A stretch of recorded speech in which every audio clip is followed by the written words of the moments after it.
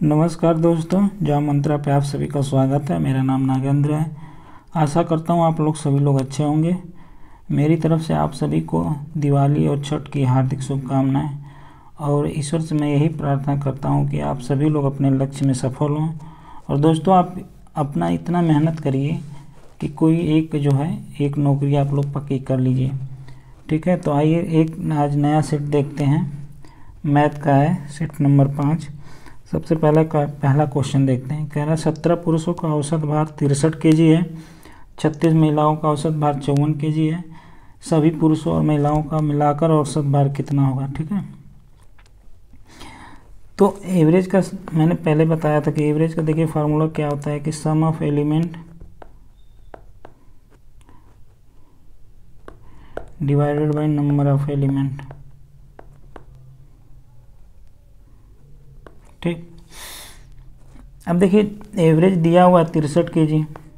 ठीक है, और नंबर ऑफ एलिमेंट कितना है 17। तो सम निकल जाएगा इस पहले का। तो क्या हो जाएगा सम, मान लीजिए हमने एक सम 1 कर दिया एक नंबर। ठीक है, तो ये हो जाएगा 17 गुणा 63 और सम 2 क्या हो जाएगा 36 महिलाएं और 54 kg औसत है। तो 54 गुणे 36 ये टोटल सम हो जाएगा। और क्या करेंगे आप सम 1 को और सम 2 को जोड़ देंगे।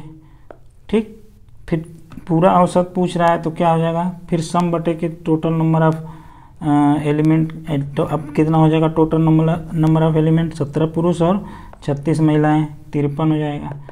इसी को आपको ये निकाल लेना है डिवाइड करके। ठीक है, तो ये नया एवरेज निकल के आ जाएगा।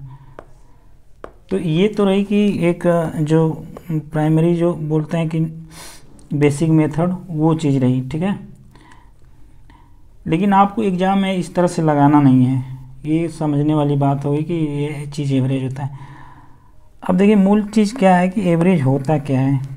जैसे मैं कहूँ कि 17 मेन का एवरेज दिया हुआ है 63 kg। ठीक है,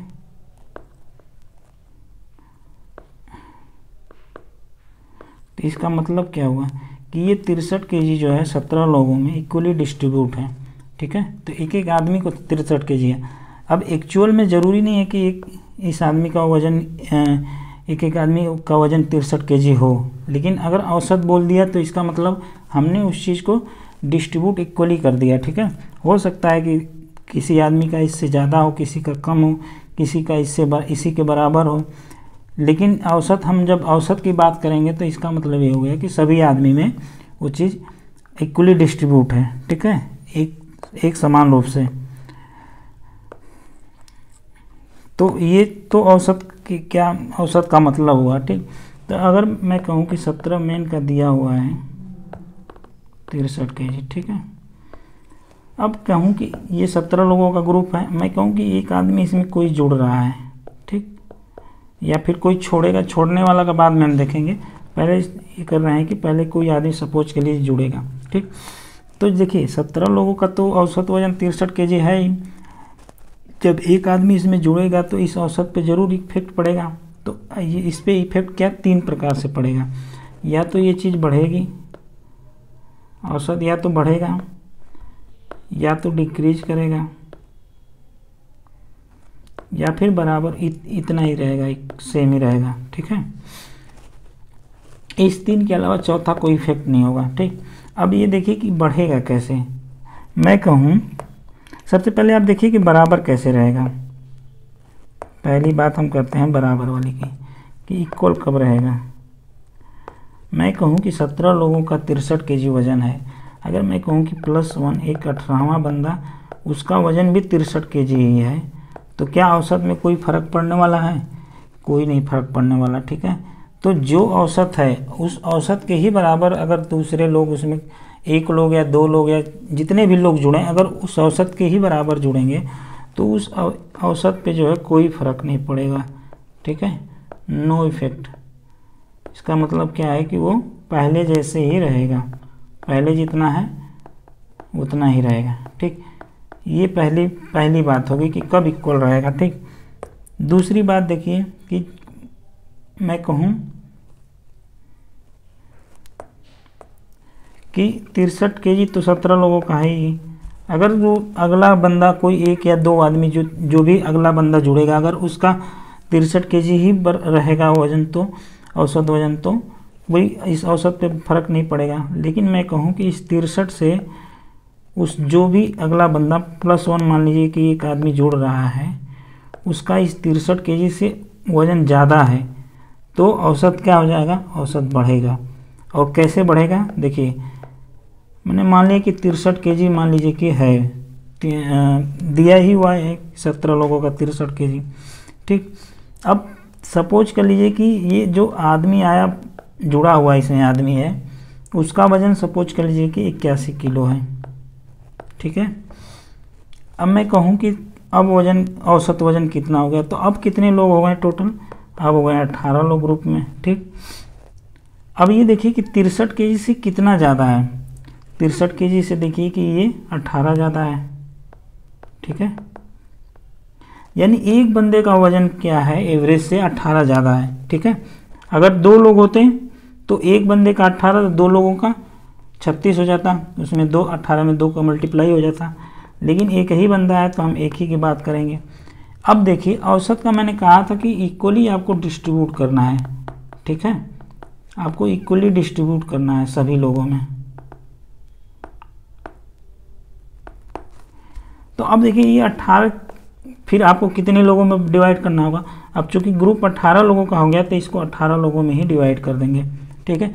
यानी कि जो एक्सेस अमाउंट आया आपका, जो बड़ा हुआ, औसत से जितना अमाउंट बड़ा हुआ, आप उसको क्या करिए कि उस सबको जो है इक्वली डिस्ट्रीब्यूट कर दीजिए, सब में बराबर भागों में बांट दीजिए, बस आपका जो है औसत निकल के आ जाएगा। ये एक बार जाएगा, पहले 63 और +1 हो जाएगा ये 64। इसका मतलब क्या हो जाएगा कि 18 लोगों का अब औसत वजन कितना हो गया, 64 केजी हो गया, ठीक।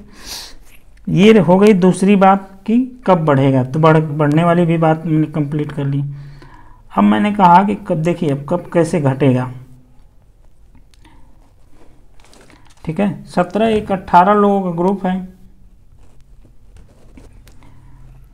ठीक, 18 लोगों का ग्रुप है।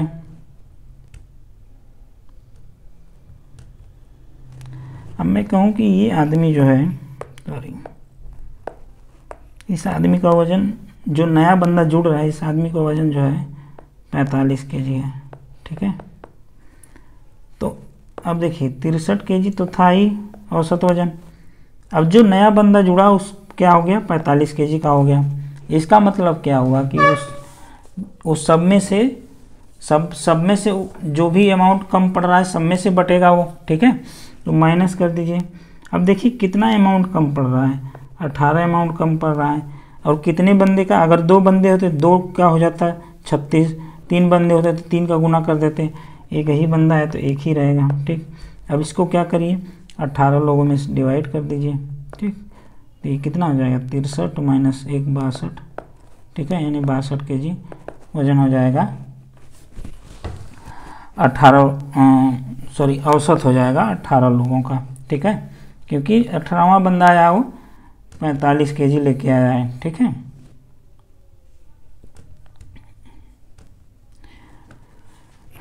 तो मैं यहाँ पे देख चुके दोस्तों कि औसत में कैसे क्या फ़र्क पड़ रहा है, ठीक है।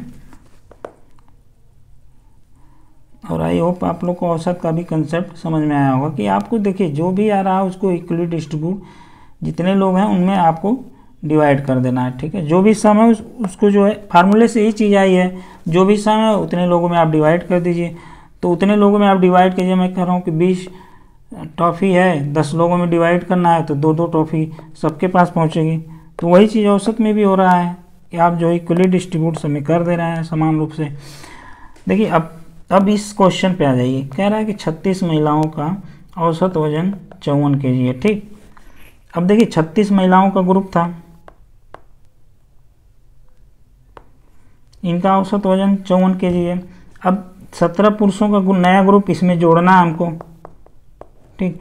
अगर इन 17 पुरुषों का अगर 54 केजी ही औसत रहता तो क्या औसत पे कोई फ़र्क पड़ता, कोई फ़र्क नहीं पड़ता। लेकिन क्या औसत इनका जो है 63 केजी, इस 54 से ज़्यादा है, ठीक है। और कितना ज़्यादा है, तो 9 ज़्यादा है, ठीक है।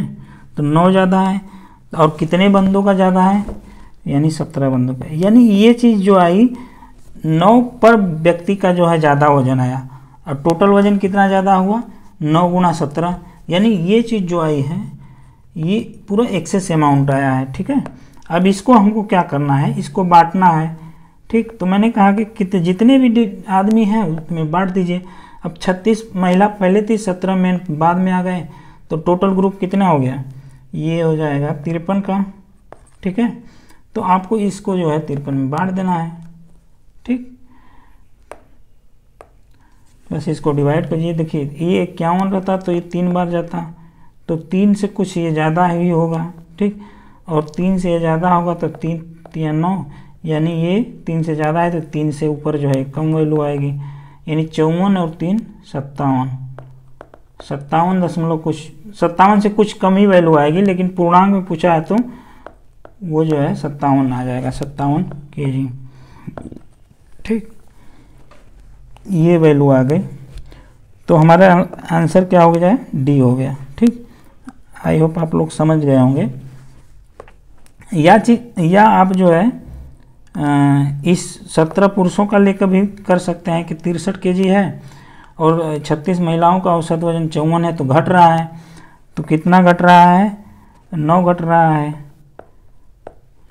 और कितनी महिलाएं हैं, 36 महिलाएं हैं, और फिर 53 में भाग दे देना इसको, तो ये हो जाएगा, ये 9 6 54, 6 से कुछ कम आएगा, 6 जाके 36, यानी 7 6 13, यानी लगभग 57 आएगा इसे भी। ठीक है, तो इस तरह से आप लगा सकते हैं। आई होप आप लोग को समझ में आया होगा कंसेप्ट। अब एक ये देखिए, ये वाला चीज़ हो गया कि ग्रुप में कैसे, जब एक ग्रुप दिया हुआ दूसरे लोग आके उस ग्रुप में जुड़ रहे हैं, तो ये चीज़ आ गई। अब कोई एक सवाल आएगा वैसा कि कोई ग्रुप है, उस ग्रुप से आदमी छोड़ के जा रहा है, तो उसमें थोड़ा सा इसका ठीक उल्टा हो जाता है। जब सवाल आएगा तो मैं उसको भी आप लोग को क्लियर पूरा बता दूंगा। तो आई होप इसको आप लोग समझ में आया होंगे। आप प्रैक्टिस करिएगा इस टाइप के क्वेश्चन को, ज़रूर आप लोग का लगेगा। अब देखिए ये सवाल जो औसत वाला है, बहुत जो ये कंसेप्ट मैंने बताया है, ये समझिए कि यहाँ भी लग रहा है। आप ये बाहर नहीं, भारत है, बाहर है, भारत लिखा हुआ। ठीक, ये कंसेप्ट समझिए कि औसत स्पीड भी निकल के आप लगा सकते हैं। मैंने एक पिछली बार एक सवाल भी कराया था इस पर कि औसत चाल कैसे निकलेगा, तो इसी सेम कंसेप्ट पे वो चीज़ लगी थी। ठीक है, तो एक बार आप कंसेप्ट अगर समझ गए तो उस चीज़ को आप कहीं भी रिलेट कर सकते हैं। अगर उस टाइप का ही आप रिलेट कर लिए तो वहाँ भी आप लगा सकते हैं और इजीली आंसर आ जाएगा उसका भी। नेक्स्ट क्वेश्चन देखिए, कह रहा है विक्रम अपने मासिक वेतन का 13% बचाता है यदि उसका मासिक व्यय। अब देखिए कि कोई भी आदमी, किसी आदमी की आय है तो उसमें क्या करेगा, व्यय करेगा और कुछ बचत करेगा। ठीक है, अगर आय में, या तो ऐसे लिख लीजिए कि आय है कुछ, उसमें अगर व्यय कर लिया तो बचेगा क्या, बचत। ठीक, सेविंग हो जाएगी, यानी इनकम यहाँ पे है, इंग्लिश वालों को इनकम हो जाएगा यहाँ, माइनस एक्सपेंडिचर इक्वल टू हो जाएगा सेविंग। ठीक है, तो ये चीज़ आप लोग समझ गए। तो अगर सवाल में कह रहा है कि 13% वो सेविंग है उसकी, तो मान लीजिए कि 100% उसका इनकम था कुछ, इनकम अपने आप में 100% कुछ रहा होगा, कोई वैल्यू अपने आप में 100% रहती है। तो अगर 13% बचाता है, बचत है, तो व्यय कितना हो जाएगा, 87%। ठीक है, और इसी 87% की वैल्यू दिया हुआ है 5220 रुपया। अब बस आपको देख लेना है कि 87% कितने गुना बैठा, बस 13 का उतना गुना कर लीजिए, सिंपल सवाल है। ठीक है, जैसे देखिए 87% की वैल्यू दिया हुआ है 5220 रुपया, तो 13% की वैल्यू आपको निकालना है। ठीक, ये जो चीज़ मिलके हुई है 100% हुआ है, इसको 2 भागों में बांट लीजिए। ठीक, अब एक तो ये मेथड है कि सिंपल आप 1% निकाल लीजिए और फिर 13% का गुना कर लीजिए, यानी 5220/87 कर लीजिए और गुना 13 कर लीजिए। ठीक, परसेंट कट जाएगा। तो आप अगर करेंगे तो अगर इसको काटेंगे 3 से तो ये हो जाएगा 29, 87 होता है, और ये हो जाएगा 3 चौको 12, 1740 हो जाएगा। और अगर 29 से काटे हैं तो 6 9 54, 6 2 12 5 17, यानी ये जो आएगा 60 कोना पे, और 13 6 78, 780 रुपये आ जाएगा आंसर। ठीक, ये तो रही इस तरह की बात। ठीक, इतना में आंसर आपका आ गया।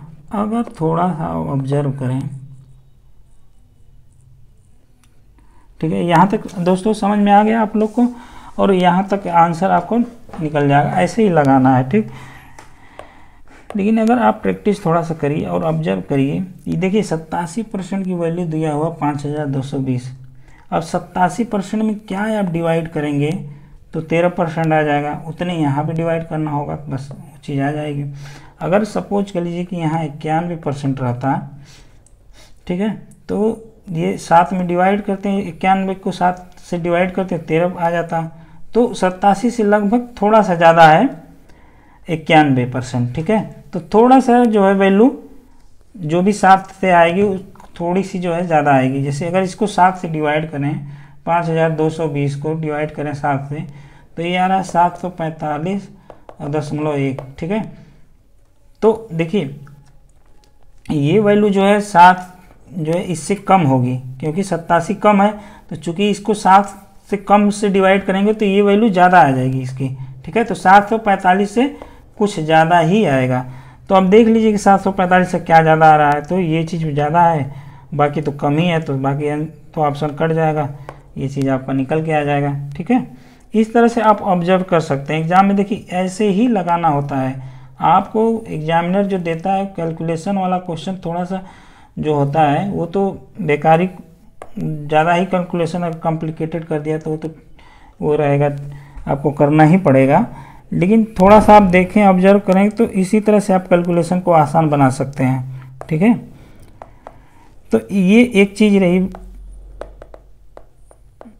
यहाँ तक कि आपको एग्ज़ाम में देखिए इसी तरह अप्रोच करना होगा। देखिए हम लोग कई एग्ज़ाम दिए हैं, तो जो हमारा अनुभव है वही चीज़ आपको देखिए शेयर कर रहे हैं कि आपको एग्ज़ाम में इस तरह से भी सोच सकते हैं आप। ठीक है, वो तो है ही कि आप 1% की वैल्यू निकाल के फिर 13% का गुना कर दीजिए। ठीक, अब मैं कह रहा हूँ कि इस तरह से भी आपको इसको देखना है कि इसको हैबिट में लाइए कि इस तरह से भी आप जो है, तो इससे जो है आप आसानी से जो है एग्ज़ाम में और कर सकते हैं। ठीक, अच्छा, ये तो रहा जो है कंसेप्ट वाली बात, इस तरह से आप लगा सकते हैं। ठीक, देखिए दूसरा जो तरीका आप जो है कर सकते हैं कि देखिए हमको कुछ भी दिया हुआ ठीक है, हमको 13% की वैल्यू निकालनी है। अब जो भी आएगा वो 13 का मल्टीपल ही आएगा। ठीक है, तो सिंपल आप देख लीजिए कि ऑप्शन में क्या 13 का मल्टीपल है, वो चीज़ आंसर जो है आपका आ जाएगा। ठीक है, अगर 2 वैल्यू आ गई, 2 ऑप्शन जो है 13 का मल्टीपल आएगा, फिर तो आपको थोड़ा सा निकालना ही पड़ जाएगा। ठीक, लेकिन जो कहते नहीं कि सरसरी निगाह से आप शुरुआत में ही देख लीजिए कि 13 का मल्टीपल क्या है। तो अगर एक ही ऑप्शन है तो फिर आप एक ही ऑप्शन मार के अपना आगे बढ़ जाइए।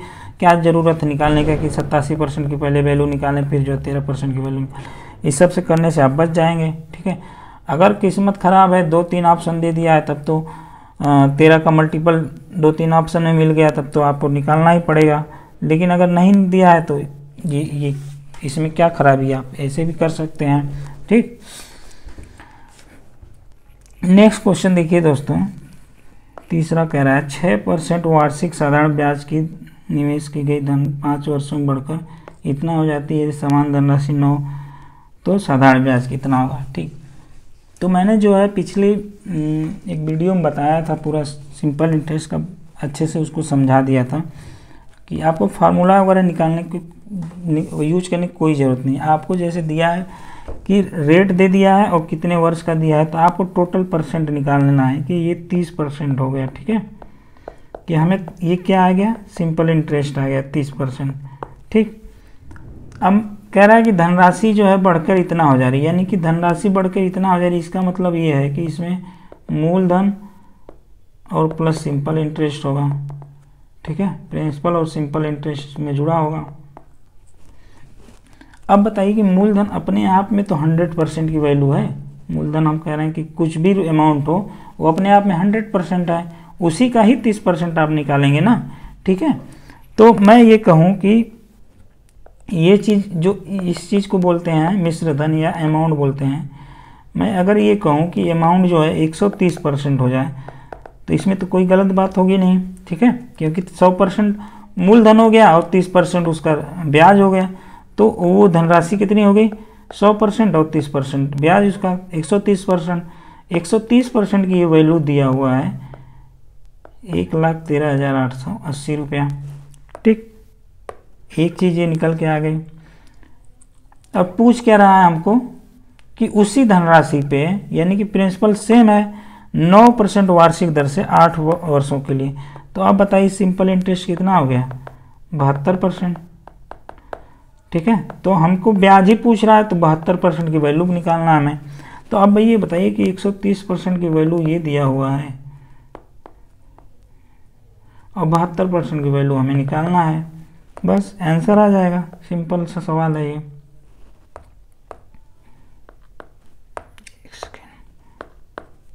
ठीक, तो वही तरीका है कि 113 बटे 130 और गुणे 72 कर लीजिए, या देख लीजिए कि कितना गुना बैठा हो उतने गुना में 72 को भी कर लीजिए, ठीक। अगर 13 से आप इसको काटे हैं तो 13 8 104, 13 7 91, 13 78, यानी 876, इतना गुना में बैठेगा ये, बस 72 का भी उतने गुना कर लीजिए, 72 का 876, तो ये चीज़ आ जाएगी 63,072 रुपया, ठीक है। 876 का अगर कर लीजिए तो देखिए आप मल्टीप्लाई पूरा क्या करेंगे कि आप देख लीजिए कि यूनिट प्लेस पे क्या रहा है 2 छक्का 12, तो यूनिट प्लेस पे इसका मतलब कि 2 आएगा, तो ये वाला ऑप्शन गया, ये वाला ऑप्शन गया, अब बचा 2 ऑप्शन, तो आप बस दूसरे तक लेके बस गुना कर लीजिए, 2 छक्का 12, 2 7 14, 1 15, और यहाँ कट हो जाता है 7 छक्का 42, यानी इसको जोड़ेंगे तो 2 और 5 2 7, यानी दहाई वाले स्थान पे 7 आएगा, तो ये भी ऑप्शन कट गया, ये आ गया सिंपल, ठीक है। तो पूरे कैलकुलेशन से आप बचिए, ठीक है। अगर बहुत किस्मत ख़राब है तो पूरा ही निकालना पड़ जाएगा, लेकिन देखिए यूनिट प्लेस और दहाई तक जाते जाते आपका आंसर मिल जाना है। अब मैंने कहा जैसे ऊपर की 87% और ये 13% वाला जैसे निकाला था, अब देखिए 130% की वैल्यू दिया हुआ है 1,13,880, हमको 72% की वैल्यू निकालना है, तो 130% का आधा सीधा सीधा 65 होता है, अगर इसका आधा कर दें तो कुछ यहाँ पे वैल्यू आएगी, और 65 से कुछ ज़्यादा ये है 7%, तो जो भी वैल्यू आएगी उससे ज़्यादा ही आएगी, ठीक है। तो ये वाला ऑप्शन तो कट हो जाएगा, अब 2 ही ऑप्शन बचेगा, या तो 65 या फिर ये 63, तो ऐसी कुछ वैल्यू आएगी कि 65 थोड़ा सा ज़्यादा हो जा रहा है और 63 थोड़ा कम है, तो इस तरह से अनुमान लगा के आप कर सकते हैं। लेकिन जो है ये वाला मेथड तो बिल्कुल आप गुना कर लीजिए तो आ जाएगा आपका पूरा आंसर, ठीक है।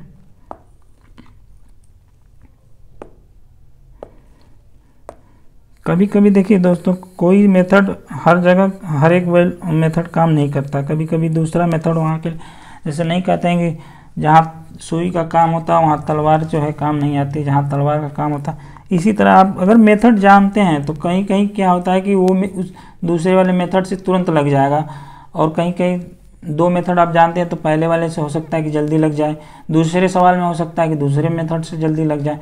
तो आप प्रैक्टिस किए रहेंगे तो ये भी एक चीज़ ऑब्जर्व करने वाली हो जाती है कि आप कौन सा मेथड कहाँ लगाएंगे जल्दी आपको आंसर मिल जाए, ठीक है। तो कुल मिला के जो प्रैक्टिस पे डिपेंड करता है दोस्तों, तो आप लोग मेहनत करिए, प्रैक्टिस करिए। अब देखिए दूसरा मैंने जो कहा था कि इस वाले चीज़ में कि 13% का मल्टीपल जो ऑप्शन आएगा, इसी तरह इसमें भी आप कर सकते हैं कि जो भी वैल्यू आएगी हमको 72% की ही वैल्यू निकालना है, यानी 9 गुणा 8 ही तो निकालना हमें, 9 गुणा 8 ही निकालना हमें। तो जो भी ऑप्शन आएगा या तो 9 का मल्टीपल होगा और वो साथ साथ में 8 का भी मल्टीपल होगा, ठीक है, दोनों का मल्टीपल होगा, ठीक। तो अब देखिए 9 का जो मल्टीपल निकालेंगे कि 9 से कोई संख्या वो डिविजिबल है कि नहीं है। क्या मेथड है कि कोई भी नंबर है उसके आप जो डिजिट है उसको जोड़ लीजिए, और जोड़ने के बाद जो सम आया है अगर उस 9 से डिवाइड हो जा रहा है तो पूरी संख्या जो है 9 से डिविजिबल है, ठीक है। जैसे ये वाली चीज़ है, पहला ऑप्शन देखिए 7 2 9, 9 आ रहा है काट दीजिए, 36 9, 9 आ रहा है काट दीजिए। क्यों काट दीजिए कि 9 डिवाइड होगा ही, 9 से डिवाइड हो ही जाएगा, 36 9 भी डिवाइड होगा, अगर दोनों को जोड़ेंगे तो 18 भी डिवाइड ही हो जाएगा, ठीक है। इसलिए हमको 9 जो भी आएगा 9 को कैंसिल कर देना है, ठीक। तो ये चीज़ है कि 9 से डिविजिबल है, ये तो पक्की रही बात, ठीक। दूसरा वाला देख लेते हैं कि 9 है, 9 काट दीजिए, 36 9 काट दीजिए, 5 2 7 यानी 7 बचा तो 9 से डिविजिबल नहीं है, ये ऑप्शन ऐसे ही कट गया। अच्छा 6 5 11 और 11 और 5 16, 16 6 22, 22 भी डिविजिबल नहीं है तो ये भी काट दीजिए। 5 5 10 8 18 यानी ये 18 है तो यानी ये डिविजिबल है, यानी ये भी ऑप्शन हो सकता है, ठीक। यानी हमारा 2 ऑप्शन तो एलिमिनेट हो गया, ये वाला बी और सी। अब 2 ऑप्शन बचा जो कि 9 से डिविजिबल है, ठीक। अब वो नंबर जो है 8 से भी डिविजिबल होने चाहिए क्योंकि 8 भी है उसी गुना में। तो अब देखिए 8 से डिविजिबल का क्या रूल है कि लास्ट का 3 डिजिट, किसी भी नंबर का लास्ट का 3 डिजिट अगर 8 से डिवाइड हो रहा है तो वो पूरी नंबर जो है 8 से डिवाइड, जैसे कि यही नंबर जो दिया हुआ है अमाउंट, इसका लास्ट का 3 डिजिट देखिए कि 8 से डिविजिबल है, तो 880 को अगर 8 से डिवाइड कर लेंगे तो ये डिवाइड हो जा रहा है, तो यानी कि पूरी नंबर जो 1,13,880 है ये भी 8 से डिवाइड हो जाएगी, ठीक। ये 8 का रूल है, और जो जोड़ के जो 9 से डिवाइड हो रहा है वो 9 का रूल है। तो आप ये देख लीजिए कि ए ऑप्शन में कौन सा है। अगर डी को चेक करें तो 0 550 यानी 50 आ रहा है, क्या 8 से डिवाइड है, नहीं है, तो ये ऑप्शन कट गया।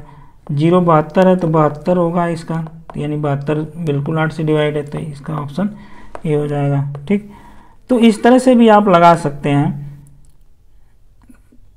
ये चीज़ देखिए प्रैक्टिस से ही आएगी, आप जो भी कंसेप्ट सीखें आप प्रैक्टिस करिए, लास्ट में आप इतना प्रैक्टिस करेंगे, इतना आप मॉक टेस्ट लगा लीजिए कि फिर आप जो है देख लीजिए ऑप्शन से ही चीज़ें आपको ऑब्जर्व होने लगेगी कि नहीं, ऑप्शन से ही चीज़ें होने लग रही हैं, ठीक।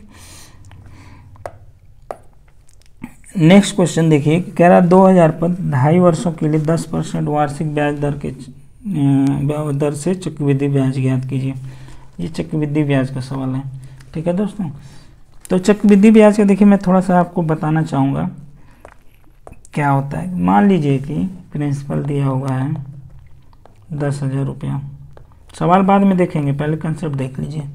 रेट मान लीजिए दिया हुआ 10% और टाइम दिया हुआ मान लीजिए 3 वर्ष, ये चीज़ दी हुई है। आपको देखिए करना क्या है कि सबसे पहले यहाँ अमाउंट लिखना है, प्रिंसिपल लिखना है। तो प्रिंसिपल हमारा 10,000 है, तो जितना टाइम दिया है उतना लाइन खींच लेना आपको। 3 वर्ष है तो 3 लाइन, 4 वर्ष है तो 4 लाइन, 5 वर्ष है तो 5 लाइन, 2 वर्ष है तो 2 लाइन, ठीक। यानी ये वाली लाइन है जो पहले वर्ष की है, इस पे 10% हो जाएगा, तो 10,000 का 10% यानी 1,000 रुपया। ये दूसरी बीच वाली लाइन दूसरे साल के लिए, तो इस पर भी 10% होगा, तो ये हो जाएगा 1,000 रुपया, ठीक। अब देखिए यही डिफरेंस थोड़ा सा साधारण ब्याज और चक्रवृद्धि ब्याज में हो जाता है। मूलधन पे तो हमने जो है 10% निकाल लिया ब्याज। अब पहले साल कितना ब्याज मिला था, 1,000 रुपया, तो इस 1,000 पे भी हमको जो है 10% का ब्याज मिलेगा दूसरे साल के लिए। यही चीज़ होती है चक्रवृद्धि ब्याज, कि जो ब्याज मिला है आपको पहले साल उस पर भी ब्याज मिले तो वो चीज़ चक्रवृद्धि ब्याज होगी। अगर सिंपल मूलधन पे हर साल ब्याज मिल रहा है तो वो चीज़ साधारण ब्याज होगी, ठीक है। यही मूल डिफरेंस है चक्रवृद्धि ब्याज और साधारण ब्याज में, ठीक। तो दूसरे साल के लिए देखिए 10% मूलधन पे जो है 1000 रुपया हो गया, और इस 1000 जो पहले साल का जो ब्याज था इस पे भी हमने 10% निकाल लिया, तो 100 रुपया जो ब्याज मिला है ये पहले साल के ब्याज पे ब्याज ये है। ठीक, अब तीसरे साल पे देखिए, तो तीसरे साल का ये वाला लाइन हो गया, तो इस पे 10% तो मूलधन के लिए हो जाएगा 1000 रुपये। अब आप बताइए कि पहले जो ब्याज मिला हुआ है उस पे भी हमको मिलेगा ब्याज 10% के हिसाब से। तो पहले ब्याज क्या है, पहले का ब्याज जो है 2 साल का यही है ना, ये वाला इसको अलग पेन से मैं ड्रा कर दे रहा हूँ। देखिए जो पहले 2 साल का ब्याज है वो ये है,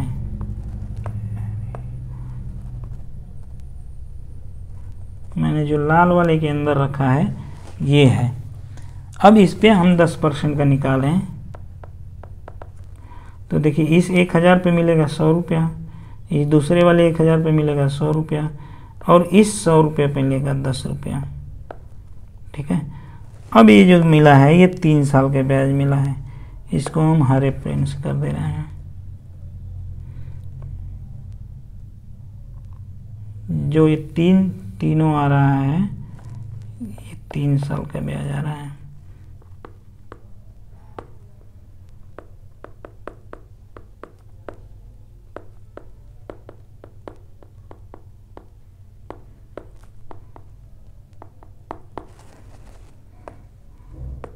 और जो ये चीज़ आई है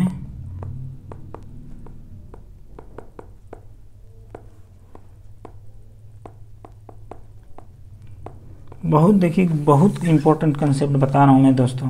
ठीक है, चक्रवृद्धि ब्याज का ये अगर आपने सीख लिया तो आपको कहीं भी दिक्कत होने वाली नहीं है, समझ लीजिए मान के।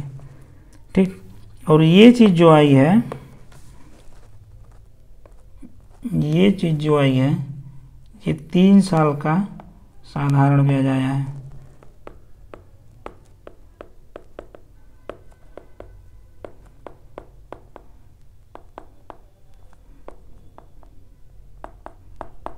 ठीक है, बिल्कुल बेसिक चीज़ बता रहा हूँ भाई। देखो जो समझ लिया है, जिसको आ रहा है वो तो स्पीड बढ़ा के अपना देख ले। जो चीज़ जिस बंदे के लिए ये चीज़ नहीं है वो भाई देखिए आराम से इसको कंसेप्ट देख लीजिए। ठीक है, अब देखिए क्वेश्चन कैसे पूछेगा। क्वेश्चन आपको आएगा कि पहले और दूसरे साल का चक्रवृद्धि ब्याज में अंतर, यानी पहले साल का ब्याज कितना है, ये 1000 रुपया, दूसरे साल का क्या है ब्याज 1100 रुपया यानी 1100 रुपया, और तीसरे साल का क्या है, मैं इसको कर ही देता हूँ आपको कुछ अलग। ठीक है, ये देखिए 3 साल, तीसरे साल का चक्रवृद्धि ब्याज हमको मिला है। ठीक है, थोड़ा सा लंबा हो जाएगा। तीसरे साल का, ये 3 साल का चक्रवृद्धि ब्याज और केवल तीसरे साल के चक्रवृद्धि ब्याज में अंतर है दोस्तों। ठीक है, इस चीज़ को आप समझिए।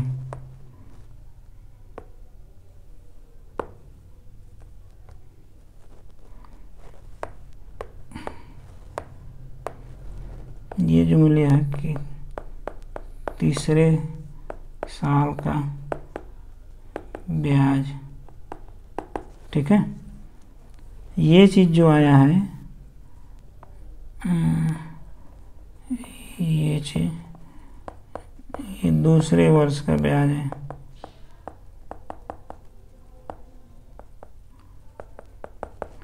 और ये जो आया है ये पहले वर्ष का ब्याज।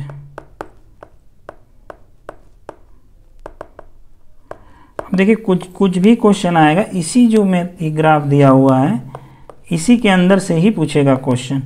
ठीक है, ये पूरे जो चीज़ है इसी के अंदर से पूछेगा। कैसे पूछेगा, कहेगा तीसरे साल के ब्याज और दूसरे साल के ब्याज का अंतर ये है, और रेट दे देगा आपको, फिर कहेगा कि मूलधन निकालिए। तो आपको क्या करना है, तीसरे साल का ब्याज और इतना रेट कितना दिया हुआ है उसी हिसाब से आप निकाल लीजिए, और बस और ये जो अंतर आएगा उतने गुना बैठेगा। सवाल आएगा तो मैं इसको दिखा दूंगा करके, लेकिन इसी के अंदर से ही आपको सवाल आना है, ठीक है। दूसरे साल और पहले साल के ब्याज का अंतर पूछ देगा, तीसरे साल का निकाल ही दिए, दूसरे साल का ब्याज निकाल ही दिए, ठीक है। तो ऐसे ही आएगा, इस चीज़ को आप नोट कर लीजिए और समझ लीजिए। इसके बाहर चक्रवृद्धि ब्याज कुछ नहीं आने वाला है दोस्तों। मैं मिटाने जा रहा हूँ इसको। अब आते हैं सवाल पे कि सवाल क्या है। कह रहा 2000 का पर 2.5 वर्षों के लिए 10% ब्याज वार्षिक दर पे चक्रवृद्धि ब्याज। बस आपको क्या करना है, ग्राफ खींच लीजिए।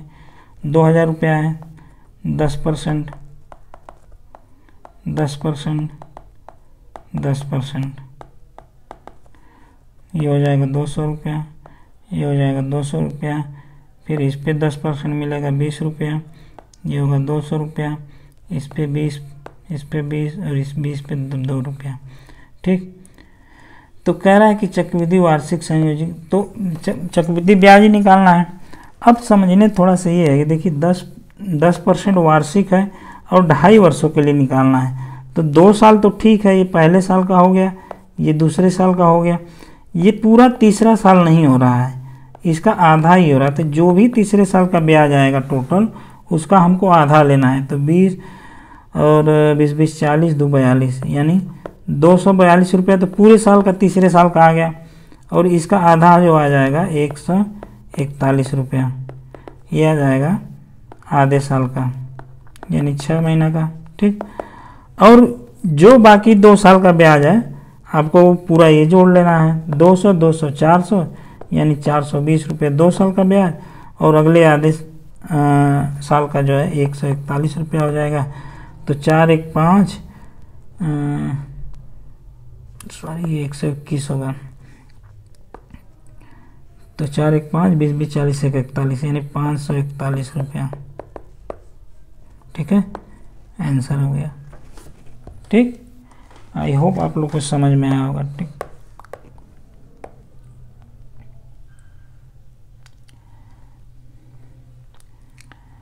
यहीं पे मैं थोड़ा सा एक कंसेप्ट आप लोग को बताना चाह रहा हूँ, सक्सेसिव वाला। सक्सेसिव रेशियो क्या होता है? जैसे आपने सुना होगा कि सक्सेसिव छूट दिया हुआ है। तो देखिए जो सक्सेसिव वाला कंसेप्ट होता है, आप देखिए ऑब्जर्व करिएगा, सवाल या अर्थमेटिक में ज़रूर आएगा। एक तो होता है कि सक्सेसिव डिस्काउंट होता है,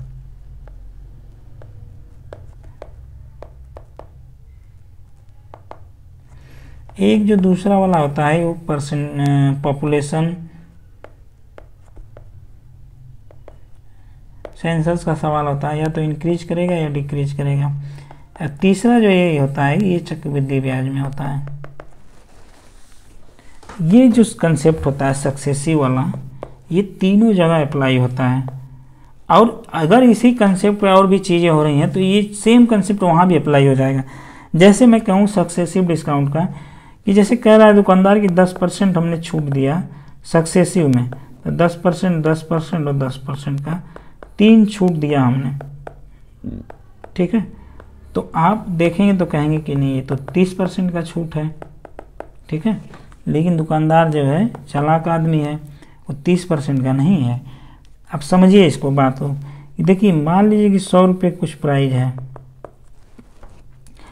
तो पहला छूट जो है 100 रुपये पर 10% का मिला, तो 100 रुपये पर 10% का छूट मिला, तो वो वैल्यू हो गई 90 रुपया, भाई 10 रुपया छूट गया, ठीक।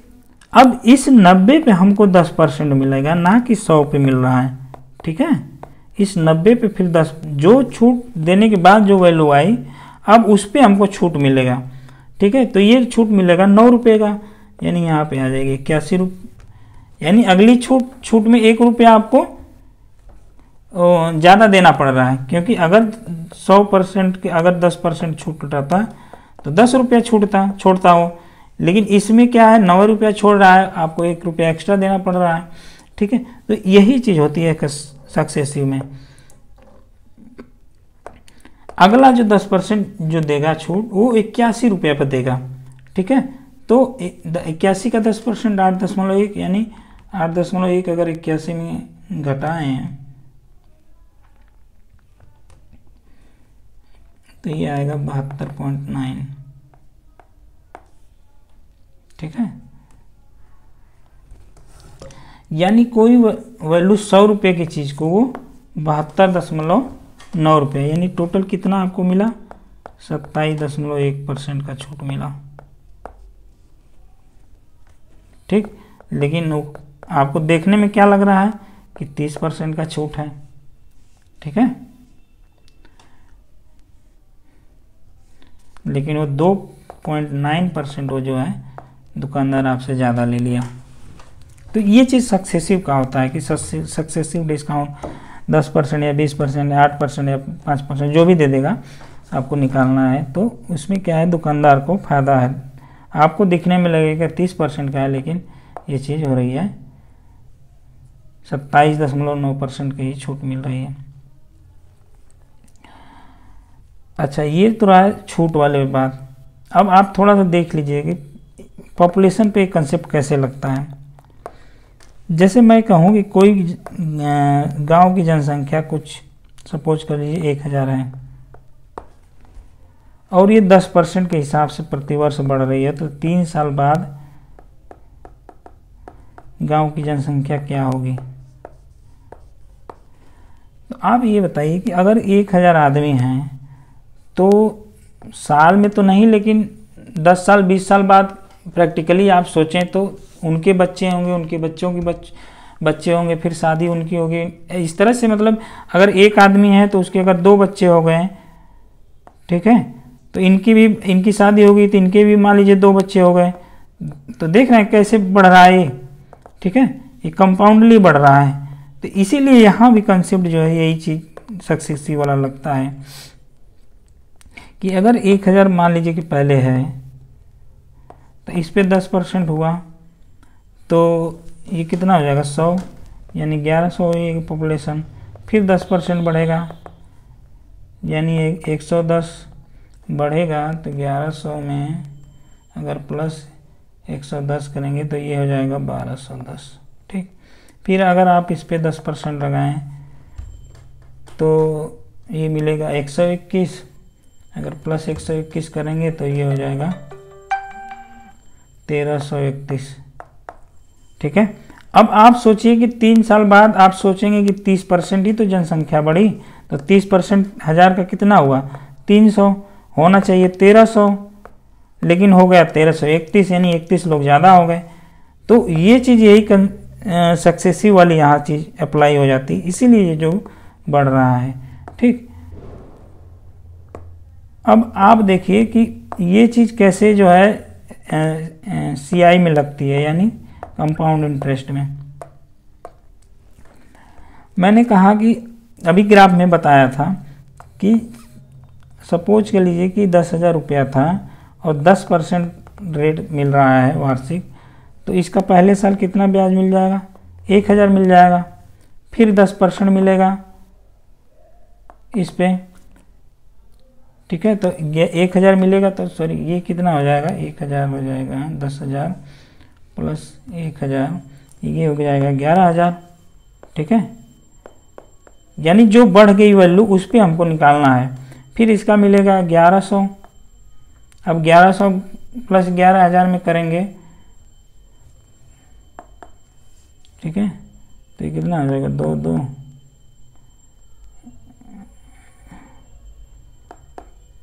12,100 हो जाएगा। अब फिर इस पे 10% निकालेंगे तो ये हो जाएगा 1210, यानी 121 प्लस 1210 1331 हो जाएगा।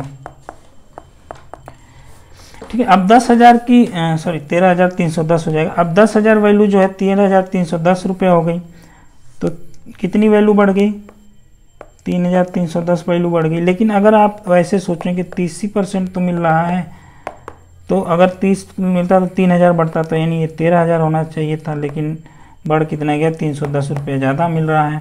ठीक है, तो यही चीज़ जो है यहाँ भी हो रही। तो आप देखिए को रिलेट करिए, अर्थमेटिक में देखिए यही चीज़ है। अगर आप परसेंटेज रेशियो इन सब पे कमांड कर लिए तो आप जो है एक दूसरे से लिंक सब पाएंगे, कोरिलेट करेंगे। आप ऑब्जर्व करेंगे तो सब कुछ एक ही दूसरे से मिला हुआ है, औसत का सवाल ये सब मिला हुआ है।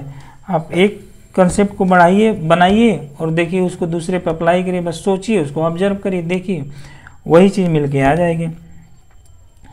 तो जो रेशियो बनता है ये तो हमने समझा दिया कि इस तरह से काम करता है, लेकिन अगर सक्सेसिव रेशियो अगर निकालना होता है कि हमें जो है 10-10% का है अगर, तो किस तरह से जो है वो छूट निकालते हैं कि अगर मान लीजिए कि 10% की सक्सेसिव छूट दिया हुआ है, तो इसको रेशियो में कैसे निकालते हैं। वो तो चीज़ हो गई कि हमने जो है पीछे कंसेप्ट बता दिया कि इस तरह से वर्क करता है, लेकिन रेशियो में कैसे। जैसे 10% का छूट का मतलब क्या हो गया कि अगर 10 रुपये प्रिंटिंग प्राइस है तो 1 रुपया उसका छूट हुआ, तो सेलिंग प्राइस कितनी होगी, 9 रुपये होगी। ठीक है, तो 10 की वैल्यू क्या होगी, 9, फिर 10 की वैल्यू क्या होगी, 9, फिर 10 की वैल्यू क्या होगी, 9। ये पहले साल का हो गया, सॉरी पहला डिस्काउंट में बताना है, पहला डिस्काउंट हो गया, ये दूसरा डिस्काउंट हो गया, ये तीसरा डिस्काउंट हो गया। बस ये है 1000 हो जाएगा और ये हो जाएगा 729, यानी 1000 की चीज़ 729 में बिकी तो कितना डिस्काउंट मिल गया, ये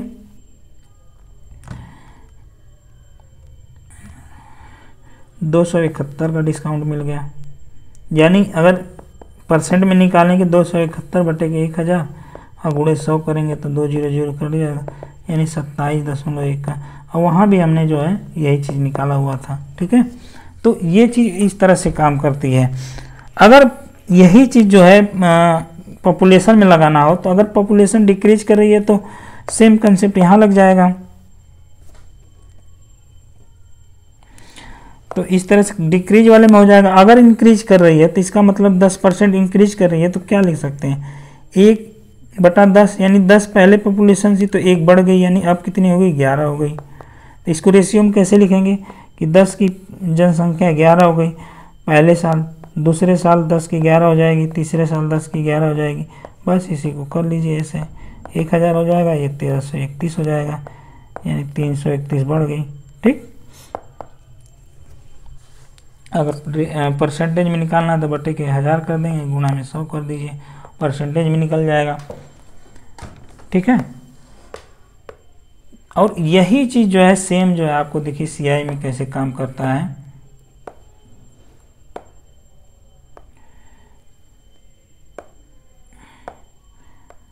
यही चीज़ सीआई में कि अगर मैं कहूँ कि 10,000 हमने लिया था एग्जाम्पल शुरू में और 10% रेट है और टाइम दिया हुआ 3 साल। ठीक, तो इस 10% का क्या मतलब हो गया, 10% को 1/10 लिखेंगे कि अगर 10 रुपया मूलधन है तो 1 रुपया ब्याज उसका मिल रहा है। ठीक है, तो मिश्रधन कितना हो जाएगा, 11, यानी कि 10 रुपये की चीज़ 11 हो जा रही है पहले साल, दूसरे साल भी 10 की 11 हो जाएगी, तीसरे साल भी 10 की 11 हो जाएगी, यानी 1000 यहाँ हो गया और ये हो जाएगा 1331। ठीक, यानी 3 साल में अगर आपको परसेंट पूछे तो परसेंट निकाल दीजिए, आपको पूछ ले कि कितना अमाउंट हुआ तो 1331 हो गया, अगर पूछ ले सीआई तो 1331 में से 1000 घटा दिए, 331 ये सीआई हो गया। ठीक है, यानी कुछ भी पूछे आप यहाँ से निकाल सकते हैं। तो वो चीज़ जो थी, जो ग्राफ हमने बनाया था, वो चीज़ एक बड़े लेवल पे थी, मतलब उसमें सब कुछ था।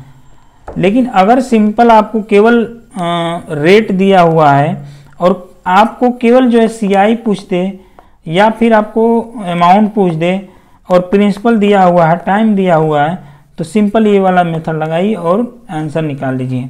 ठीक है भाई, 3 साल का दिया है तो क्यूब हो जाएगा, 2 साल का होगा तो स्क्वायर हो जाएगा। ठीक, तो इस तरह से आप जो है यहाँ पे दोनों मेथड में से आप उसको भी लगाएंगे तो निकल जाएगा, इसको भी लगाएंगे निकल जाएगा। लेकिन वही मैं कहा कि 2 मेथड है, कहीं कहीं जो है कोई एक सा जल्दी काम हो जाता है, आंसर मिल जाता है जल्दी से, किसी क्वेश्चन में दूसरे वाले जो मेथड है उससे आंसर जल्दी मिल जाता है। तो ये चीज़ आपके विवेक के ऊपर है कि कौन सा कब इस्तेमाल करना है, और ये चीज़ जो है प्रैक्टिस से ही आएगी दोस्तों। ठीक है, एक चीज़ और मैं बताना चाह रहा था, अभी दिमाग से उतर गई बात। 2000।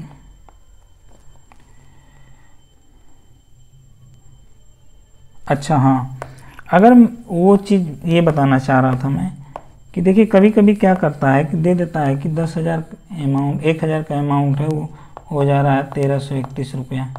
ठीक है, पिछली जो मैंने लिया था एग्जाम्पल वो 13,000 का कर लीजिएगा, वो 1000 लिया था। ठीक, अब कहेगा कि 1,000 का अमाउंट जो है 3 साल में 1331 हो जा रहा है। एक सवाल मैंने इस पे कराया भी था, तो पूछेगा कि रेट कितना है। तो आप देखिए वही चीज़ हो गया जो हमने पहले कराया था कि अगर रेट 10% है तो 10 से 11 कर रहे हैं, 10 से 11 कर रहे हैं, 10 से 11 कर रहे हैं, ये है 1,000 हो गया और ये 1331 हो गया। ठीक है, 1,000 का अमाउंट 1331 हो रहा है तो 331 का वैल्यू निकल रहा है। यानी कि हमको अगर रेट निकालना है तो ये 1,000 और 1331 कैसे आ रहा है, इसका 10 का 11 का हम क्या कर रहे हैं, क्यूब ही तो कर रहे हैं। 10 का भी क्यूब कर रहे हैं, ये तो क्यूब आ गया, 11 का भी क्यूब करना है, 1331 आ गया। तो अगर हमको वापस यहाँ जाना है तो इसका क्यूब रूट लेना पड़ेगा। ठीक है, अगर हमको 1,000 की वैल्यू कह रहा है 1331 हो जाएगी, तो 1,000 और 1331 का रेशियो निकाल लीजिए और इसका क्यूब रूट निकाल लीजिए। ठीक है, तो ये आ जाएगा 10 11, बस 10 की चीज़ 11 हो जाएगी, यानी 1 रुपया जो है इसका, एक जो है चक्रवृद्धि ब्याज है, यानी एक चक्रवृद्धि ब्याज कितने मूलधन पे है, 10 पे है, तो यानी ये 10% हो जाएगा रेट।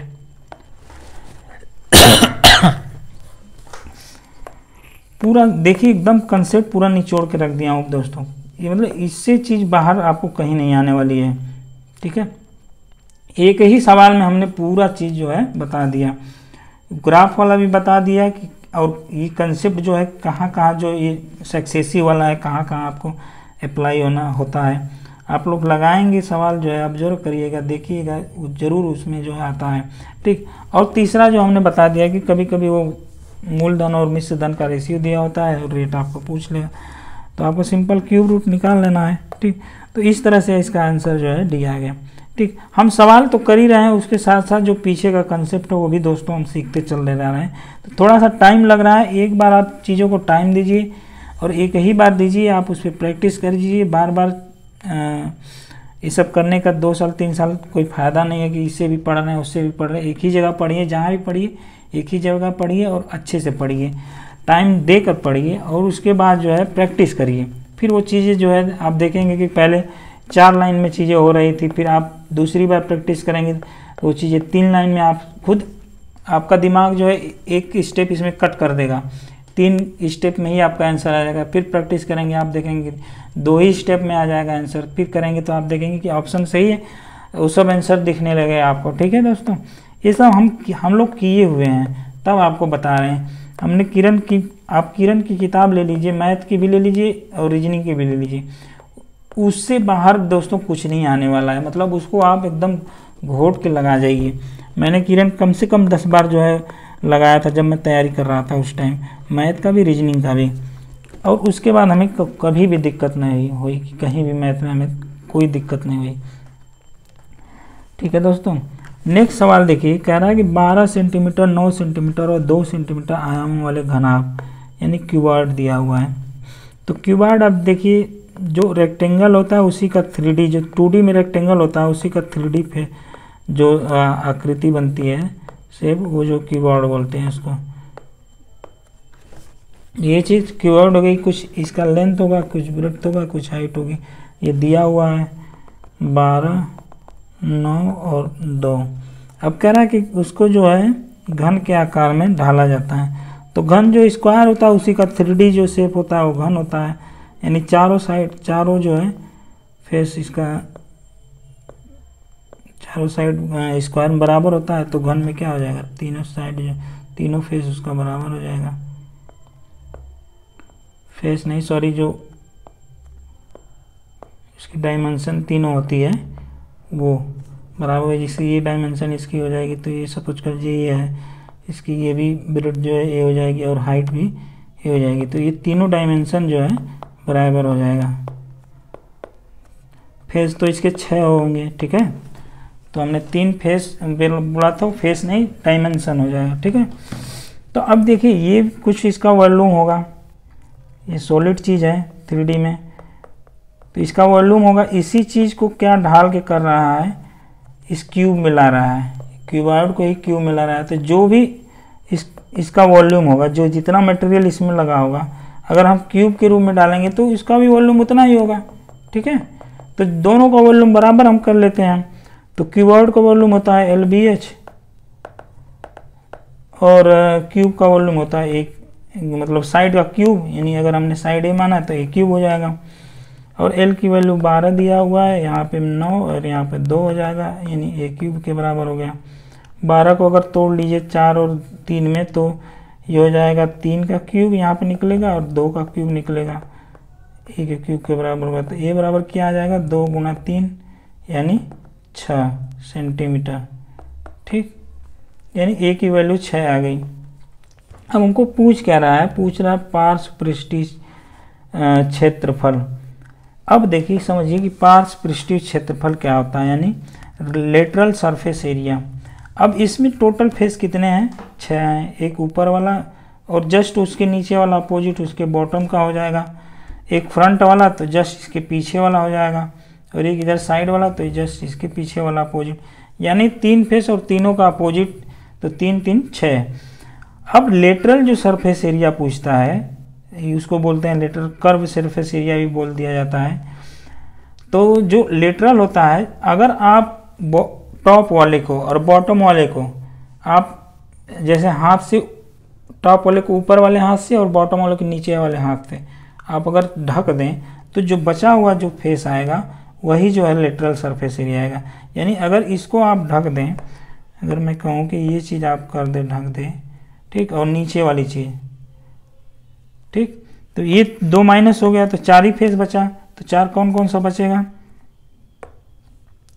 ये फ्रंट वाला, ये फ्रंट वाला बचेगा एक, ठीक, और इसके अपोजिट जो एक फेस है पीछे, इसी फ्रंट के पीछे जो है, और ये साइड वाला, और जस्ट इसके अपोजिट ये वाला फेस है, ठीक। तो कितना हो जाएगा, अब देखिए एक फ्रंट वाला एक स्क्वायर बन रहा है, तो हमको 4 स्क्वायर बनेंगे। तो स्क्वायर का जो एरिया होता है ए साइड का स्क्वायर होता है, यानी एक का ए स्क्वायर हो जाएगा, और 4 फेस हैं इसी तरह 4 स्क्वायर हैं, तो 4 स्क्वायर हो जाएगा, यानी 4 और गुणा 6 का स्क्वायर 36, यानी ये हो जाएगा 144 सेंटीमीटर स्क्वायर हो जाएगा, ठीक है। अब देखिए ये तो रही देखिए फार्मूले से बात। अगर आप ऑप्शन में लगाना चाहें, देखिए अगर आपने साइड जो है निकाल लिया, ठीक, तो चीज़ आएगी वो जो है आएगी वो 36 की मल्टीपल आएगी, क्योंकि ए स्क्वायर तो निकालेंगे ही आप और 4 से मल्टीप्लाई करेंगे आप, तो 36 का वो मल्टीपल और 4 दोनों का मल्टीपल आएगा। अगर आप कहें कि 4 का मल्टीपल, तो 4 का मल्टीपल के लास्ट, जैसे हमने कहा कि 8 का अगर मल्टीपल निकाला कि कोई भी नंबर 8 से डिवाइड है कि नहीं, तो लास्ट के उस नंबर के लास्ट का 3 डिजिट आप डिवाइड कर लीजिए।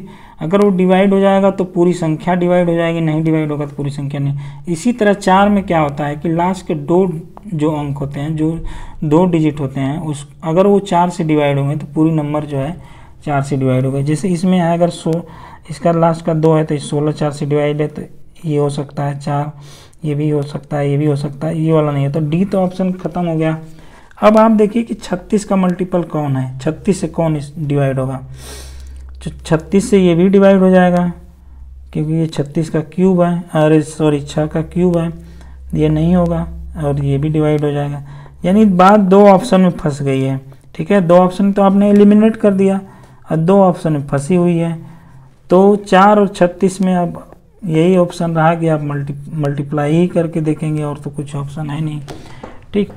तो कहीं कहीं ऑप्शन वाला काम कर जाता है, कहीं नहीं काम करता है दोस्तों। तो आपको दोनों मेथड लेके चलना है, कब कौन सा मेथड काम आ जाए कोई ठीक नहीं है, ठीक है। तो चीज़ आप सीखिए, सब आपको एग्जाम में कैसे क्या अप्लाई करना है सबकी ज़रूरत पड़ती है, उसी हिसाब से आप जो है अप्लाई कर लीजिए। नेक्स्ट क्वेश्चन देखिए, कह रहा दो संख्याएं 6 और 7 के अनुपात में, यानी इन दोनों का अंतर 16 है, तो ये संख्याएं क्या होगी। तो अगर मैं यहाँ पे कहूँ कि ऑप्शन से आपको करना है, तो सबसे पहले देखिए अंतर भी 16 आना चाहिए, और वो दो नंबर आएगी, एक 6 का मल्टीपल आएगी, एक 7 का मल्टीपल आएगी। और क्या 6 का मल्टीपल है, पहला ही क्वेश्चन ऑप्शन देख लीजिए, तो ये 80 6 का मल्टीपल नहीं है और 7 का 96 मल्टीपल नहीं है, तो ऑप्शन ए तो ऐसे ही कट जाएगा। अब ये वाला तो हो सकता है भाई 6 का मल्टीपल 96 है, और ये भी है 7 का मल्टीपल 16 7 112, 16 6 96। अच्छा ये तो हो सकता है, ये 6 कम 6 4। अच्छा ये वाला भी नहीं हो सकता है, 120 7 का मल्टीपल होगा ही नहीं। अच्छा ये वाला ऑप्शन हो सकता है, क्योंकि 136 शायद डिवाइड 7 से डिवाइड नहीं होगा 136, यानी ये भी तो एक ही ऑप्शन आपका बचा है जो सही होगा। ठीक, तो ये ऑप्शन से देखिए लग गया तुरंत। ठीक है, तो आपको कुछ ज़रूरत भी नहीं हुई कि क्या क्वेश्चन आपको करना है कि नहीं करना है, ये तुरंत लग गया। और अगर मेथड से करना है तो देखिए 6 और 7 का रेशियो दिया हुआ है, ये दो संख्या 6 और 7, इनका रेशियो में कितना अंतर है, 1 का अंतर है, लेकिन एक्चुअल में कितना अंतर है दोनों के, 16 का अंतर है। ठीक है, तो रेशियो का कितना गुना बैठा, 16 गुना बैठा, तो इसमें भी 16 गुना कर लीजिए, इसमें भी 16 गुना कर लीजिए, 16 6 96 और 16 7 112। ठीक, तो पहली संख्या 96, दूसरी संख्या 112। अगर कहता है कि दोनों संख्याओं का जोड़, तो आप 96 और 112 को मत जोड़िएगा। ठीक है, जोड़ने पे तो निकल ही जाएगा आंसर, लेकिन आप सीधा क्या करिए 6 और 7 को जोड़ लीजिए, 13, और 13 में 16 का मल्टीप्लाई फिर कर दीजिए, ये आसानी से आ जाएगा। ठीक है, 16 3 48 और 16 16 4 20। अगर आप इसको भी जोड़ें तो वही चीज़ आ जाएगी। ठीक, तो इस तरह से आप लगा सकते हैं। ठीक है, मैंने ऑप्शन वाला भी बता दिया, और क्या मेथड है इसका वो भी बता दिया। तो आप लोग देखिए ऑप्शन से हम कैसे जो है कर रहे हैं, उस चीज़ को ऑब्जर्व करिए और उस चीज़ को सवाल लगाइए, आप मेथड से भी लगाइए, और दूसरा कोशिश आप करिए कि देखिए कैसे ऑप्शन से भी कुछ चीज़ लग पा रही है कि नहीं लग पा रही है। ठीक है, ये अभ्यास में आप डालिए दोस्तों, मतलब हम कह रहे हैं कि 20-25% भी अगर आप पूरे एग्जाम में 20 सवाल अगर ऑप्शन से लगा, तो सोचिए कितना समय आपका बच जाएगा। सारे सवाल तो नहीं पॉसिबल है, कुछ मेथड भी लगेगा, लेकिन अगर 20-25% भी अगर आपने लगा दिया ऑप्शन से, तो वो विद इन जो है 5 या 10 सेकेंड में जो चीज़ लग जाती है। नेक्स्ट क्वेश्चन देखिए, कह रहा निम्न दंड आलेख में वर्ष 2003 के बीच 3 कंपनियों का इतना दिया हुआ, कह रहा दौरान X का औसत उत्पादन और उसी दौरान Y के औसत उत्पादन यहाँ रहेगा, अनुपात क्या है। तो या तो औसत उत्पादन निकालिए या फिर उत्पादन निकालिए। ठीक है, बात वही रहेगी, क्योंकि देखिए औसत निकालने के लिए क्या करेंगे, आप जोड़ेंगे इनको और डिवाइड कितने में करेंगे, 4 साल का है तो 4 में डिवाइड करेंगे, जो भी सम आएगा उसको 4 में डिवाइड करेंगे, फिर रेशियो क्या निकालेंगे, इसका सम निकालेंगे इस Y वाले का, और इसको भी 4 से डिवाइड करेंगे, तो ये 4 से 4 अल्टीमेटली कट ही जाएगा। तो हमको क्यों लंबा करना, हमको सम निकाल के उनका रेशियो निकाल देना है, सिंपल। ठीक है, औसत का रेशियो पूछे या फिर सम का रेशियो पूछे, एक ही बात आएगी, क्योंकि औसत वाला वो चीज़ कट जाएगी। तो आपको इसको जोड़ लेना है, सिंपल है DI का सवाल। ये 30 है, 50 50 100, 40 30 70, यानी 170 X वाला आ जाएगा, रेशियो हो जाएगा। ये कितना हो जाएगा, 40 40 80 और 30 110 और 50 160, तो यानी 1700 रेशियो 16 का आएगा। सी वाला ऑप्शन इसका सही है। ठीक है, अब नेक्स्ट क्वेश्चन देखिए, कह रहा है एक पंसारी ने 40 प्रति किग्रा मूल्य वाली 50 केजी चीनी खरीदी और उसे 30 प्रति किग्रा वाली मूल्य 70 चीनी मिला के साथ दिया, 20% का लाभ प्राप्त करने के लिए उसे मिश्रण को किस मूल्य पर बेचना चाहिए। यानी सवाल क्या कहना है, देखिए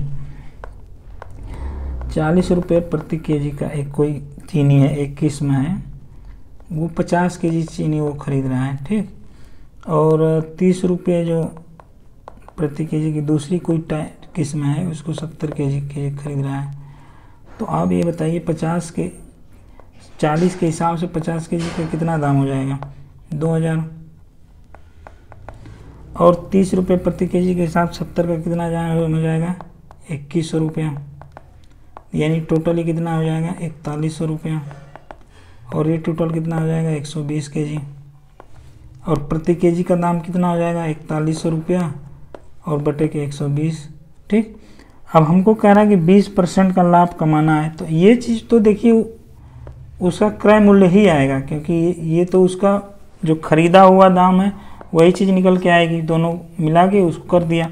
अब इस पर हमको 120% का लाभ लेना है, तो 120 बटा के 100 कर दीजिए इसको।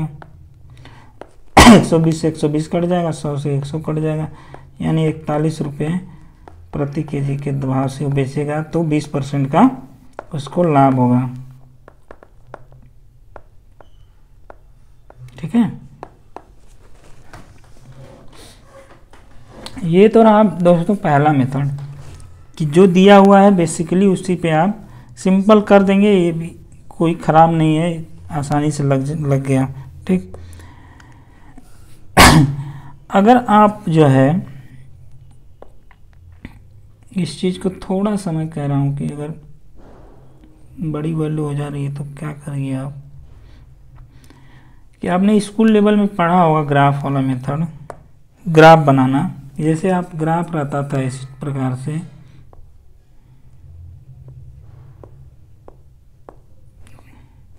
ठीक। अब ग्राफ तो एक A4 साइज का ही पेपर में बनेगा, लेकिन अगर हमको कोई किलोमीटर कह दिया कि 1 किलोमीटर कुछ दूरी हमको खींचना है इस ग्राफ पे, डिस्टेंस, ठीक है। सॉरी क्या लिख रहा हूँ, अगर मैं कहूँ एक दूरी जो है 1 किलोमीटर अगर खींचना है, तो भाई पेपर तो हमारा A4 साइज है, उसमें कैसे 1 किलोमीटर की।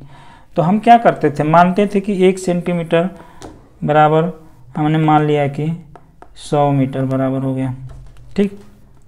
तो अब 100 मीटर तो 1 किलोमीटर में 1000 मीटर हो गया, तो बस 10 सेंटीमीटर बराबर 1 किलोमीटर हो जाएगा, ठीक है। तो इस ग्राफ पे क्या करेंगे, 10 सेंटीमीटर का जो खींच लेंगे कि ये चीज़ हो गई 1 किलोमीटर का, ठीक है।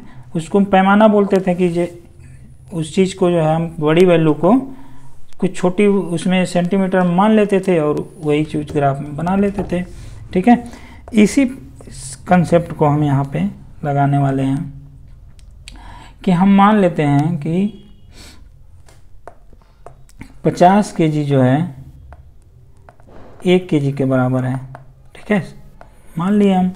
तो 1 केजी का दाम कितना हो गया? 40 रुपया हो गया, ठीक। अब बताइए कि 50 केजी 1 केजी के बराबर रखे हैं, तो 70 केजी बराबर कितना हो जाएगा? सिंपल आप 70 में 50 का डिवाइड कर लीजिए, ये आ जाएगा 1.4 केजी, ठीक। तो ये चीज़ आ जाएगी आपकी 70 रुपये और ये आएगा आपका 2.4 केजी का दाम। अब आपको 1 केजी दाम निकालने के लिए क्या करना पड़ेगा? 70 बटे के 2.4 करना पड़ेगा, ठीक है। सॉरी एक चीज़ गड़बड़ हो गया,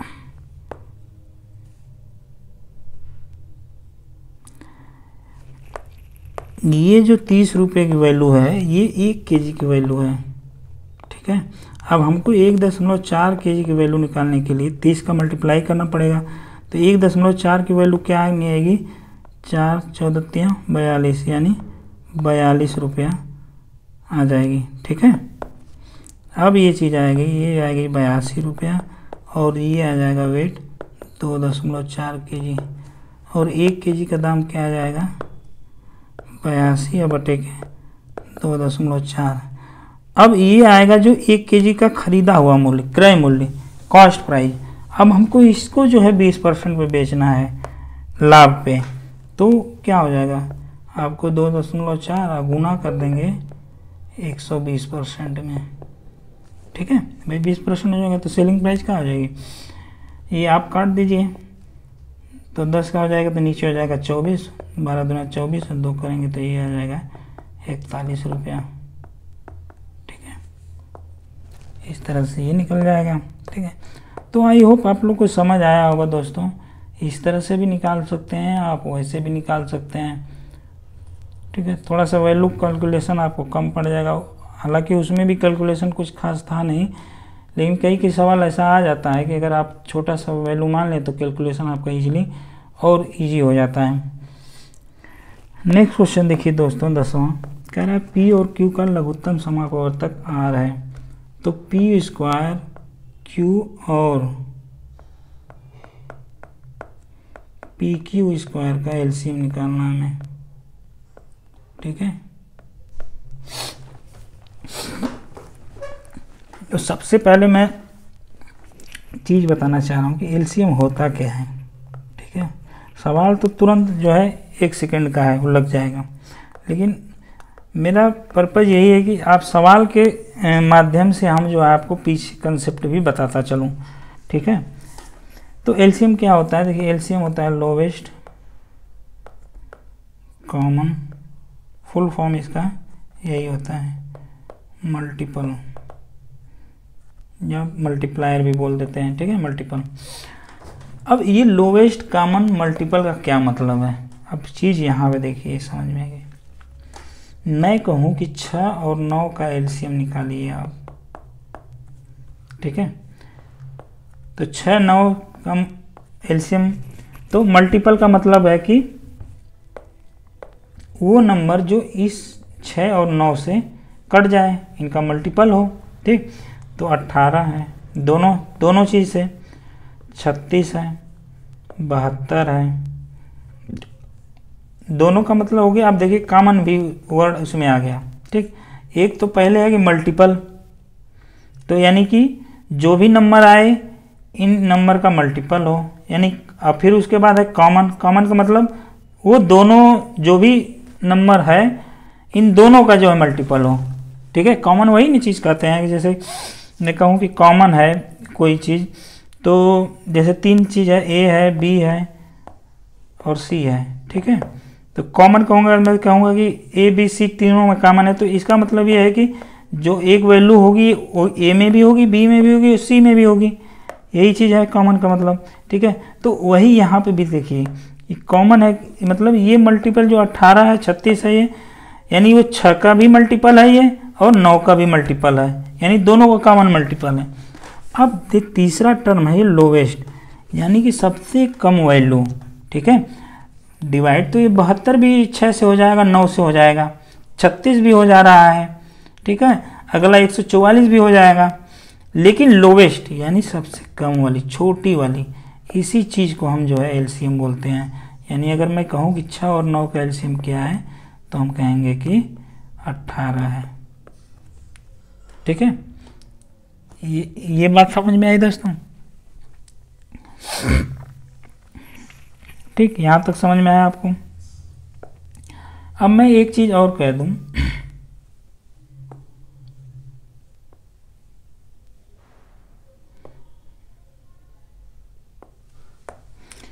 कि 4, 6 और 9 का एलसीएम निकालिए, तो मैंने कहा था कि 18 था, 36 था, 72 था और मान लीजिए 144 नेक्स्ट है। ठीक, तो अब देखिए मल्टीपल, तो इसका मतलब ये है कि वो संख्या जो है इनसे डिवाइड होनी चाहिए, कॉमन। अब देखिए 6 और 9 का तो आया था एलसीएम 18, अब मैंने कहा कि 4, 6, 9 का निकालिए, तो अब 18 कहूँगा कि इनमें तीनों में चेक करूँगा कि क्या 4 से भी कट रहा है, क्या 6 से भी कट रहा है, क्या 9 से भी कट रहा है। अब देखिए 6 और 9 से तो कट रहा है, क्या 4 से कट रहा है, नहीं कट रहा है, यानी 4, 6, 9 का एलसीएम तो नहीं होगा 18। 6, 9 का था लेकिन 4, 6, 9 का नहीं होगा। अब इस चीज़ में आ गई कॉमन का, कि कॉमन होना चाहिए, यानी तीनों चीज़ में होना चाहिए। ठीक है, अब यहाँ तीसरे में नहीं हो रहा है, यानी फेल हो गया ये। अब नेक्स्ट वैल्यू देखिए 36 है। ठीक, तो क्या 4 से कट रहा है, बिल्कुल कट रहा है, 6 से कट रहा है, 9 से कट रहा है, 72 4 से भी कट रहा है, 6 से भी कट रहा है, 9 से कट रहा है। अब 4, 6, 9 का एलसीएम जो हो जाएगा 36 हो जाएगा, ये चीज़ लोवेस्ट हो गई अब। ठीक है, 72 से यानी इस 36 से कोई नीचे वैसी वैल्यू नहीं है जो तीनों से कटे, ठीक है। यानी 36 वो नंबर सबसे लोवेस्ट नंबर है जो तीनों से कटने वाला है, जो तीनों का मल्टीपल है, ठीक। तो यही चीज़ एलसीएम होती है कि लोवेस्ट कॉमन मल्टीपल, यानी वो वैल्यू जिससे छोटी वैल्यू अब कोई नहीं है जो तीनों से कटने वाली।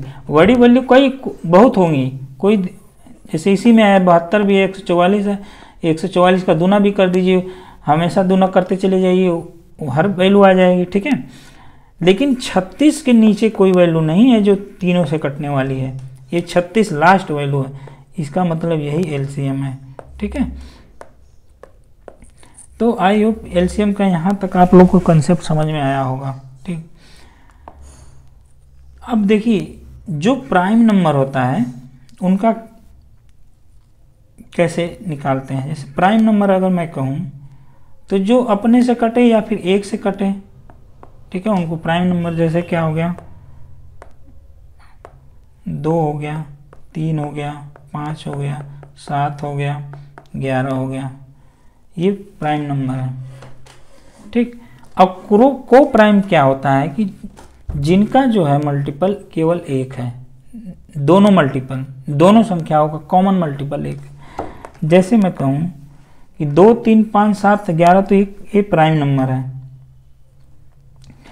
लेकिन को प्राइम अगर कहूँ मैं तो 7 और 9, देखिए 9 जो है 3 से डिवाइड है, ये प्राइम नंबर तो नहीं है, लेकिन को 7 और 9 जो है दो को प्राइम नंबर जरूर है।